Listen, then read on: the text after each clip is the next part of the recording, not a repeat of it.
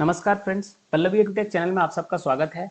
आज बायोलॉजी के 25 इंपॉर्टेंट प्रश्न लेकर आए हैं। ये सभी प्रश्न किसी न किसी एग्जाम्स में आए हुए हैं और आगे आने वाले सभी एग्जाम्स में ये बहुत ही महत्वपूर्ण प्रश्न हैं। ये आगे आने वाले बीपीएससी 68, इसके अलावा SSC CHSL, MTS, SSC CGL, state PCS, Bihar SSC, इन सभी एग्जाम्स के लिए बहुत ही महत्वपूर्ण है। रेलवे के लिए भी बहुत इंपॉर्टेंट है। रेलवे एनटीपीसी में ये प्रश्न बार बार आते हैं। रेलवे ग्रुप डी में भी क्वेश्चंस आते हैं। तो चलिए देखते हैं थोड़ा बहुत एनालिसिस के साथ इन 25 प्रश्नों को। तो आज देखते चलिए पहला प्रश्न क्या है। पहला प्रश्न है, जीव विज्ञान का जनक किसे कहा जाता है?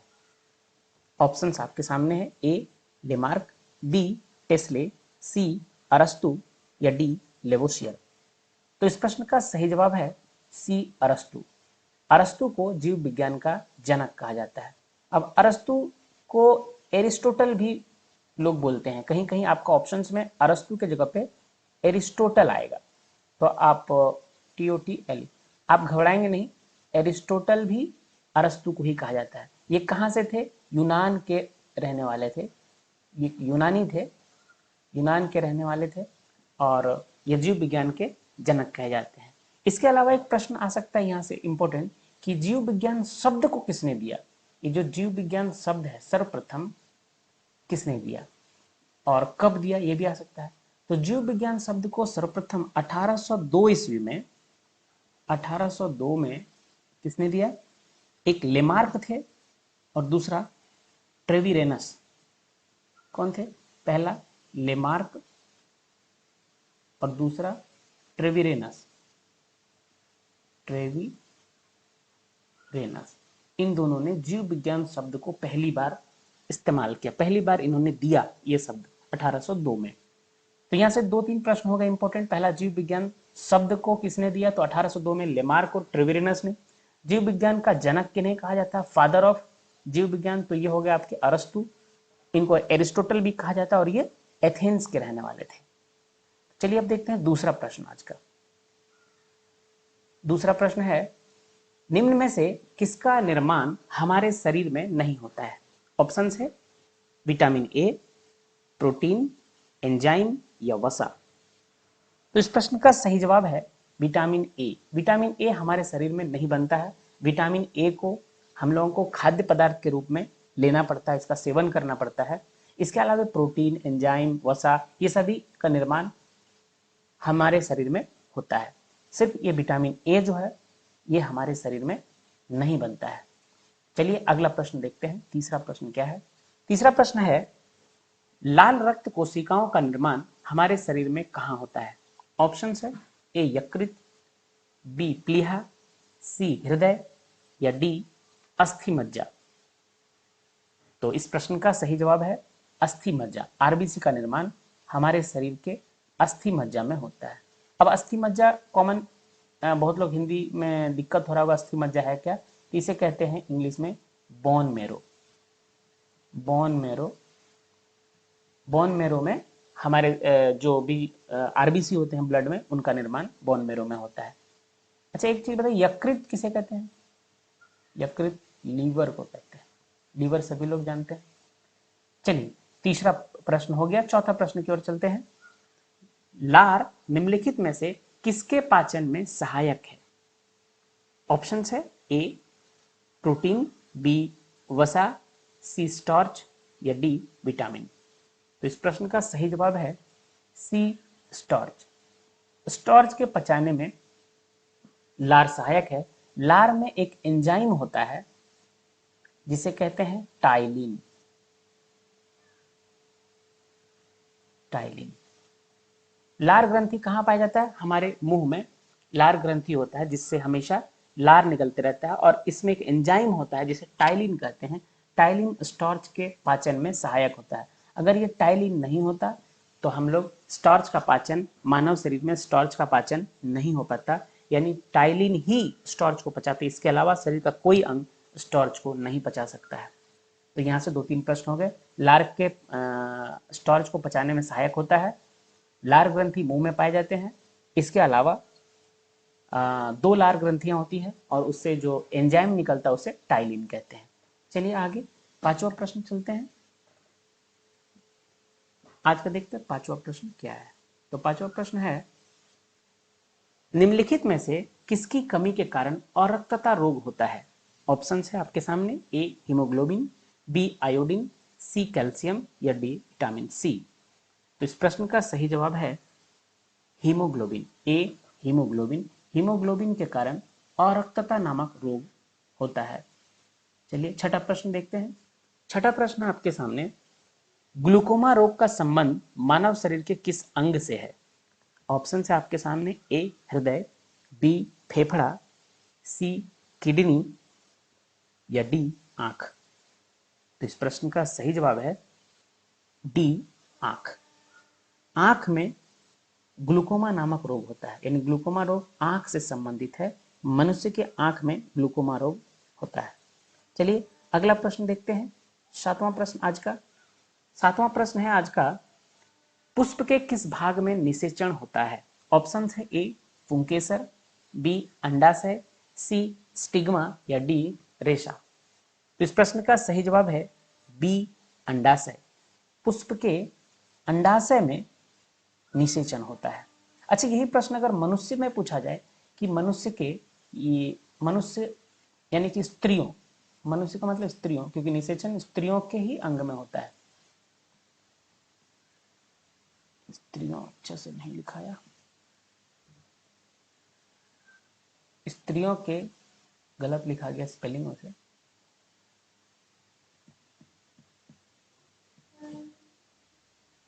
स्त्रियों के किस अंग में निषेचन होता है, तो इसमें आएगा ऑप्शन फेलोपियन ट्यूब। किस अंग में होता है, फेलोपियन ट्यूब। अगर ऑप्शन ये इंग्लिश में जनरली यही ऑप्शन आता है फेलोपियन ट्यूब, या हिंदी में अगर आए तो आता है डिंब वाहिनी, डिंब वाहिनी नालिका, नलिका।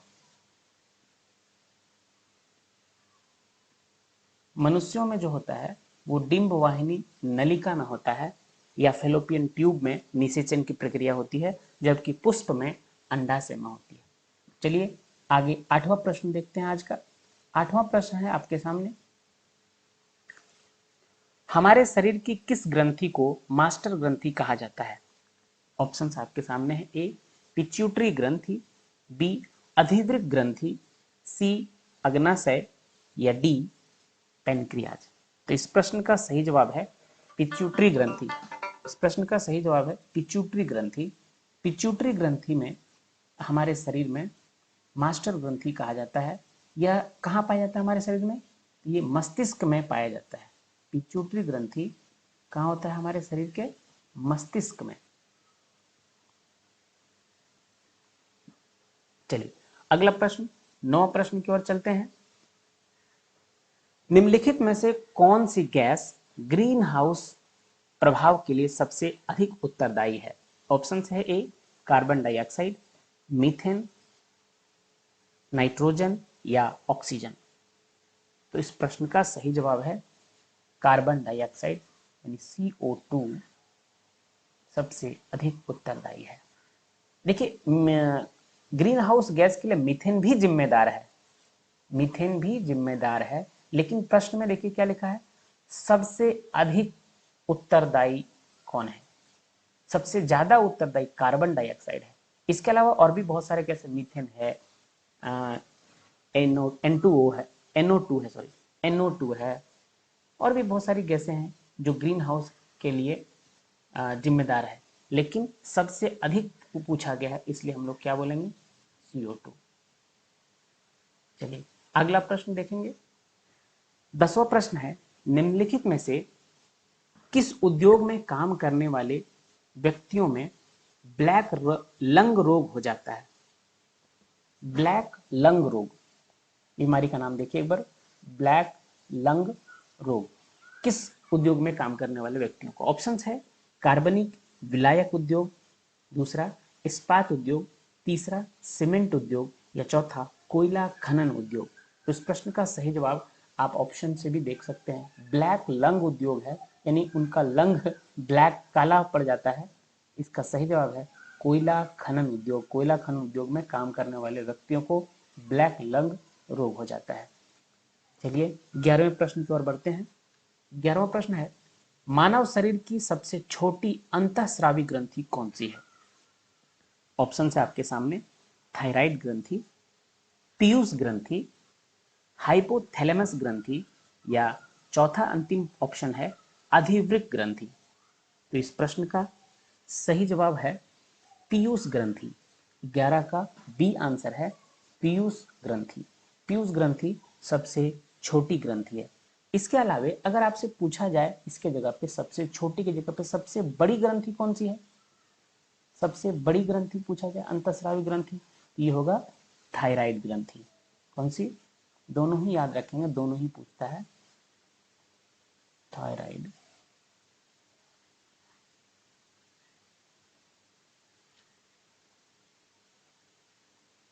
थायराइड ग्रंथि। पहला क्वेश्चन के अनुसार क्या है कि सबसे छोटी अंतःस्रावी ग्रंथि पीयूष ग्रंथि, अगर इसकी जगह पूछा है सबसे बड़ी अंतःस्रावी ग्रंथि तो कौन सी है? थायराइड ग्रंथि। चलिए 12वां प्रश्न देखेंगे आज का। निम्नलिखित में से किस तत्व की उपस्थिति के कारण मानव मूत्र का रंग पीला होता है? ऑप्शंस है ए पित्त, बी वसा, सी लसिका, या डी यूरोक्रोम। इस प्रश्न का सही जवाब है डी यूरोक्रोम। यूरोक्रोम की उपस्थिति के कारण मानव मूत्र का रंग पीला होता है। चलिए 13वें प्रश्न की ओर चलते हैं। 13वां प्रश्न आपके सामने, गुर्दे की कार्यात्मक इकाई कौन सी है? ऑप्शंस है ए एक्सॉन, बी न्यूरॉन, सी नेफ्रॉन, या डी धमनी। तो इस प्रश्न का सही जवाब है सी नेफ्रॉन। गुर्दे मतलब क्या होता है जी? किडनी। लोग गुर्दे से भी ज्यादा किडनी जानते हैं, बहुत लोग गुर्दे नहीं समझते, इसे कहते हैं किडनी। हिंदी में गुर्दा कहते हैं, इंग्लिश वर्ड है किडनी। किडनी की कार्यात्मक इकाई क्या होगी? नेफ्रॉन। अच्छा, अगर पूछा जाए न्यूरॉन भी किसकी कार्यात्मक इकाई है, तो ये तंत्रिका तंत्र की कार्यात्मक इकाई है। तंत्रिका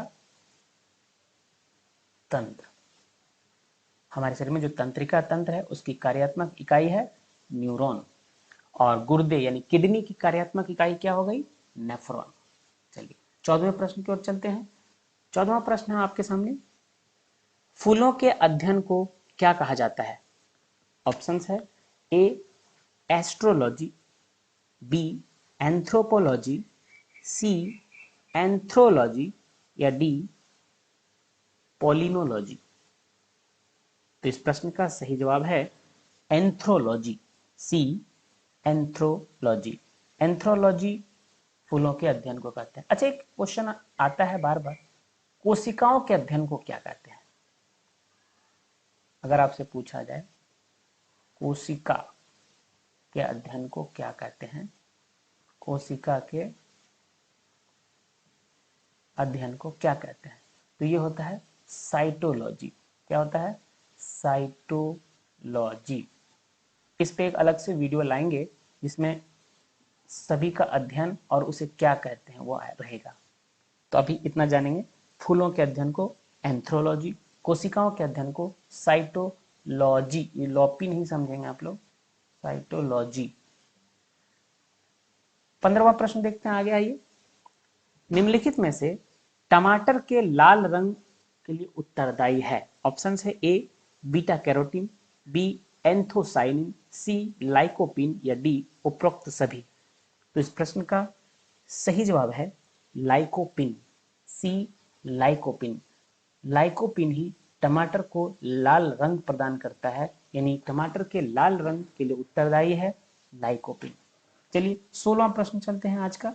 16वां प्रश्न आपके सामने, किस तत्व के कारण थायराइड ग्रंथि में असामान्य वृद्धि होती है? ऑप्शंस है ए आयोडीन, बी लोहा, सी पोटेशियम, या डी कैल्शियम। तो इस प्रश्न का सही जवाब है ए आयोडीन। आयोडीन की आयोडीन ही असामान्य वृद्धि, आयोडीन की कमी के कारण थायराइड ग्रंथि में असामान्य वृद्धि हो जाती है। आप लोग बहुत सारा नमक का एडवर्टाइजमेंट में देखते होंगे, आयोडीन की कमी के कारण घेघा नामक रोग हो जाता है। क्या होता है? घेघा। ये किसके कारण होता है? आयोडीन की कमी के कारण घेघा नामक घेघा रोग हो जाता है, आयोडीन की कमी के कारण। तो थायराइड ग्रंथि गला के पास बहुत ज़्यादा असामान्य बहुत ज़्यादा बढ़ जाता है गला के पास, जिसे ही हम लोग घेघा रोग कहते हैं। ये आयोडीन की कमी के कारण होता है। चलिए अगला 17वां प्रश्न चलेंगे। कौन मानव मस्तिष्क में बुद्धि का केंद्र है? ऑप्शंस है ए सेरिबेलम, बी सेरेब्रम, सी मेडुला ऑब्लंगाटा या डी इनमें से कोई नहीं। तो इस प्रश्न का सही जवाब है बी सेरेब्रम। मानव मस्तिष्क में सेरेब्रम बुद्धि का केंद्र है। अब एक चीज जानेंगे, ये इस प्रश्न का आंसर तो सेरेब्रम है। अब एक चीज देखेंगे, मानव मस्तिष्क में प्रमस्तिष्क जो होता है वो बुद्धि, स्मृति और भावनाओं का केंद्र है। ये प्रश्न भी आता है। सेरेब्रम का ही पार्ट है प्रमस्तिष्क, यानी मस्तिष्क का अब तीन पार्ट है, अग्र मस्तिष्क, प्रमस्तिष्क, पश्च मस्तिष्क। प्रमस्तिष्क प्रमस्तिष्क जो है ये क्या क्या करता है? बुद्धि का केंद्र है। इसमें से कोई भी आए आप लोग उसको लिखेंगे। बुद्धि, स्मृति यानी याददाश्त, याद रखने का काम करता है। स्मृति और भावनाओं का, यानी हंसना, रोना, जो भी भावना होती है उनका केंद्र है। भावनाओं का भी केंद्र है आपका प्रमस्तिष्क। तो इस प्रश्न 17वां प्रश्न का जवाब सेरेब्रम है, जबकि प्रमस्तिष्क अगर आए स्मृति, बुद्धि, भावना, ये का केंद्र कौन सा है तो प्रमस्तिष्क कहेंगे। चलिए 18वें प्रश्न की ओर चलते हैं। 18वां प्रश्न है आपके सामने। टीबिया नामक हड्डी मानव शरीर में किस अंग में पाई जाती है? ऑप्शन है ए खोपड़ी में, बी हाथों में, सी मुंह में या डी टांगों में। इस प्रश्न का सही जवाब है डी टांगों में। टांगों में तीन हड्डी मुख्यतः पाए जाते हैं, जिसमें एक घुटने से ऊपर का हड्डी को हम लोग कहते हैं फीमर। क्या कहते हैं? फीमर। ये हड्डी हमारे शरीर की सबसे लंबी हड्डी, सबसे बड़ी हड्डी है। लंबी हड्डी कहते हैं फीमर को। इसके अलावा घुटना के नीचे दो हड्डी होते हैं, उसके बाद नीचे पैर होता है। तो ये दोनों हड्डी में एक को कहते हैं टीबिया और दूसरा होता है फीबुला, फेबुला या फीबुला। तीन मुख्य हड्डी हो गए। पहला फीमर, जो जिसको जांग का पार्ट होता है, घुटना के ऊपर का हिस्सा, और नीचे दो हड्डी होते हैं घुटना के नीचे, एक होता है टीबिया और दूसरा होता है फेबुला। टीबिया, फेबुला, ये दोनों हड्डी घुटना के नीचे और घुटना के ऊपर फीमर। एक प्रश्न आएगा, सबसे हमारे शरीर की सबसे लंबी हड्डी, तो ये फीमर हो गया। अच्छा, अगर इसमें पूछे सबसे छोटी, हमारे शरीर की सबसे छोटी हड्डी, तो सबसे छोटी हड्डी का नाम है स्टेप्स। स्टेप्स ये कहाँ पाया जाता है? कान की हड्डी है। कान में एक हड्डी पाई जाती है जिसका नाम है स्टेप्स, वो हमारे शरीर की सबसे छोटी हड्डी। तो यहाँ देखिए दो तीन प्रश्न है। एक तो है कि टीबिया, फिबुला ये दोनों ही हमारे टांगों में पाई जाती हड्डी, फीमर जांग में पाया जाता है। अब सबसे लंबी हड्डी तो ये फीमर है, जबकि सबसे छोटी हड्डी तो ये स्टेप्स है। तो स्टेप्स कहाँ की हड्डी है? कान की। चलिए 19वां प्रश्न देखते हैं आज का। 19वां प्रश्न है, निम्नलिखित में से कौन सा गुणसूत्र महिला शिशु के लिए जिम्मेदार है? यानी कोई बच्चा जन्म लेता है, वो लड़की होगा या लड़का, वो शिशु स्त्री होगी, मतलब मेल होगा या फीमेल होगा, वो कैसे, उसमें गुणसूत्र कौन से होते हैं, कौन सा गुणसूत्र जिम्मेदार होता है? तो पहले इस प्रश्न का सही जवाब देखेंगे। 19वां प्रश्न का सही जवाब है ए। अगर उसमें एक्स एक्स नाम का गुणसूत्र है, एक्स एक्स गुणसूत्र है, दोनों गुणसूत्र एक्स एक्स हैं, इसे कहा जाता है सेक्स क्रोमोजोम।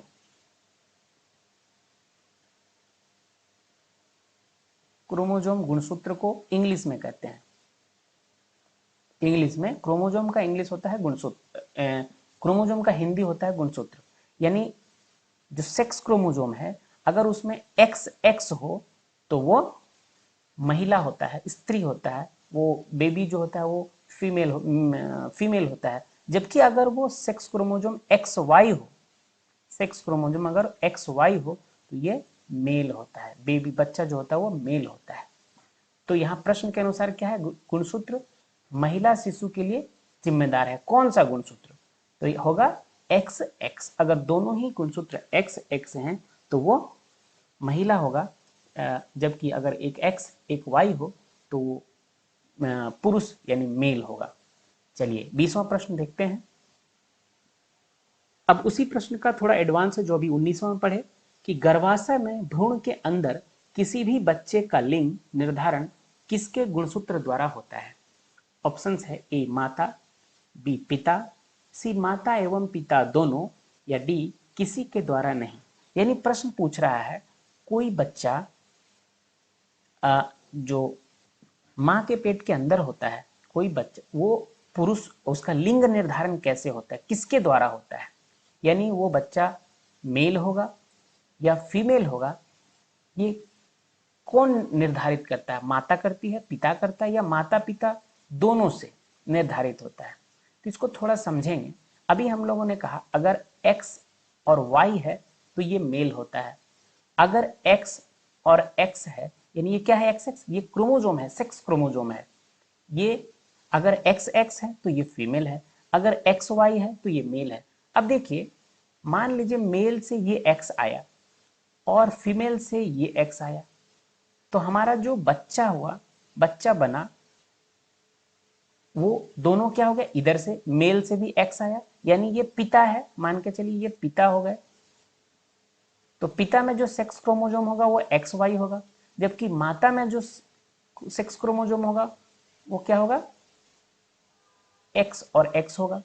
अब अगर पिता से एक्स आया, माता से भी एक्स आया, तो ये जो बच्चा होगा वो स्त्री होगा, लड़की होगा, ये बेबी फीमेल होगा।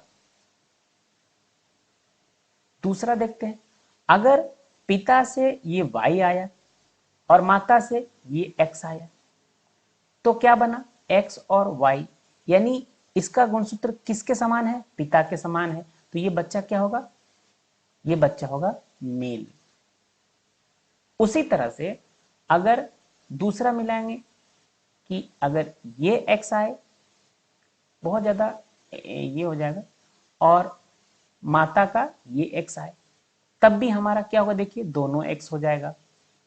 और अगर पिता का ये वाई आए, माता का ये एक्स आए, तब भी हमारे पास क्या हो जाएगा, एक्स वाई हो जाएगा। यानी यहाँ मेल हो जाएगा, यहाँ फीमेल हो जाएगा। आप सीधा समझिए, इतना देखने का जरूरत नहीं, सीधा समझिए कि बच्चा मेल तभी होगा जब उसमें एक वाई होगा, और वाई है किसके पास, पिता के पास। वाई पिता के पास है, माता के पास तो है ही नहीं, माता के पास दोनों ही एक्स है, सिर्फ पिता के पास ही वाई है, और वाई होने पे ही बच्चा मेल होगा। इसका मतलब है कि बच्चा मेल होगा या फीमेल होगा, ये जिम्मेदारी है पिता की। यानी पिता पे ही डिपेंड करता है कि बच्चा मेल होगा या फीमेल, इसमें माता का कोई हाथ, कोई योगदान नहीं होता। तो इस प्रश्न का सही जवाब आप लोग समझ गए होंगे कि पिता होगा। गर्भाशय में भ्रूण के अंदर किसी भी बच्चे का लिंग निर्धारण किसके गुणसूत्र द्वारा होता है, तो पिता के गुणसूत्र के द्वारा होता है। माता का गुणसूत्र दोनों ही एक्स होता है, इसलिए उसका इसमें निर्धारण में कोई हाथ नहीं होता। चलिए समझ गए होंगे, उम्मीद है। 21वां प्रश्न देखते हैं, किसे मानव शरीर का ब्लड बैंक कहा जाता है? ऑप्शन है ए यकृत, बी हृदय, सी प्लीहा, या डी किडनी। तो इस प्रश्न का सही जवाब है सी प्लीहा। प्लीहा को मानव शरीर का ब्लड बैंक कहा जाता है। चलिए 22वें प्रश्न की ओर चलेंगे। 22वां प्रश्न है, लार में कौन सा एंजाइम पाया जाता है? तो पीछे के प्रश्न में बता चुके हैं कि लार में टाइलिन एंजाइम होता है। ऑप्शन देखने का जरूरत भी नहीं है, टाइलिन है पहला ही ऑप्शन। तो लार में टाइलिन एंजाइम पाया जाता है जो किसके पाचन में सहायक होता है? पीछे से याद है तो आप बता सकते हैं, स्टार्च के पाचन में सहायक होता है। 23वां प्रश्न है, मानव शरीर के किस अंग में पाचन का अधिकांश भाग संपन्न होता है? ऑप्शंस है, ए पेनक्रियाज, बी आमाशय, सी छोटी आंत या डी बड़ी आंत। तो इस प्रश्न का सही जवाब है सी छोटी आंत। मानव शरीर के छोटी आंत में पाचन का अधिकांश भाग संपन्न होता है, यानी सबसे अधिक पाचन का काम छोटी आंत में होता है। चलिए 24वां प्रश्न देखेंगे आगे। निम्न में से किसे कोशिका का शक्ति गृह कहा जाता है? शक्ति गृह का मतलब पावर हाउस, कहीं कहीं पावर हाउस ऑफ सेल या कोशिका का पावर हाउस किसे कहा जाता है? ऑप्शन क्वेश्चन आता है, तो इसका ऑप्शन देखते हैं पहले। ए है माइटोकॉन्ड्रिया, बी है फेफड़े, सी हृदय या डी किडनी। तो इस प्रश्न का सही जवाब है ए माइटोकॉन्ड्रिया। माइटोकॉन्ड्रिया को कोशिका का शक्ति गृह या कोशिका का पावर हाउस कहा जाता है। चलिए आखिरी प्रश्न देखते हैं आज का, 25वां प्रश्न है। आज का आखिरी प्रश्न है, कौन सा विटामिन रक्त का थक्का बनने में मदद करता है? ऑप्शन है, A vitamin A, B vitamin B, C vitamin D या डी विटामिन के। तो इस प्रश्न का सही जवाब है डी विटामिन के। विटामिन के रक्त का थक्का बनाने में मदद करता है, यानी हमारे शरीर में विटामिन के की कमी होने से रक्त अगर कहीं कट जाए, शरीर का कोई भाग कट जाए तो ब्लड जमने में थोड़ी कठिनाई होती है, यानी विटामिन की जो है वो रक्त को जमाने में, थक्का बनाने में विटामिन के मदद करता है। तो चलिए आज 25 प्रश्न ही आज यहीं पे ख़त्म करते हैं। वीडियो अगर आपको अच्छा लगे तो इसे सब्सक्राइब कीजिए, चैनल को शेयर कीजिए अपने दोस्तों में। आप लोग तैयारी करते होंगे तो चैनल को प्रतिदिन देखिए। डेली यहाँ पे करंट अफेयर, मैथ्स, साइंस, इसके अलावा हिस्ट्री, पॉलिटिकल साइंस सभी के क्वेश्चंस अपडेट होते रहेंगे। चलिए चैनल को सब्सक्राइब कीजिए, दोस्तों में शेयर कीजिए। धन्यवाद, जय हिंद।